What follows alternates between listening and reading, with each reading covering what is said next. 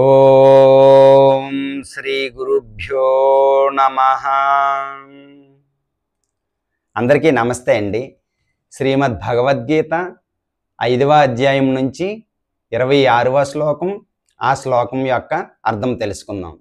కామక్రోధ వియుక్తానాం యతీనాం యతచేతసాం అభితో బ్రహ్మ నిర్వాణం వర్తతే విదితాత్మనాం.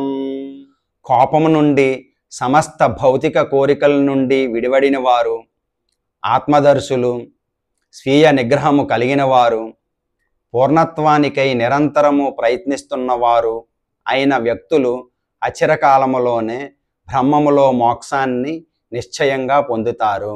రేపు మరొక శ్లోకంతో మళ్ళీ కలుసుకుందాం. హరే కృష్ణ.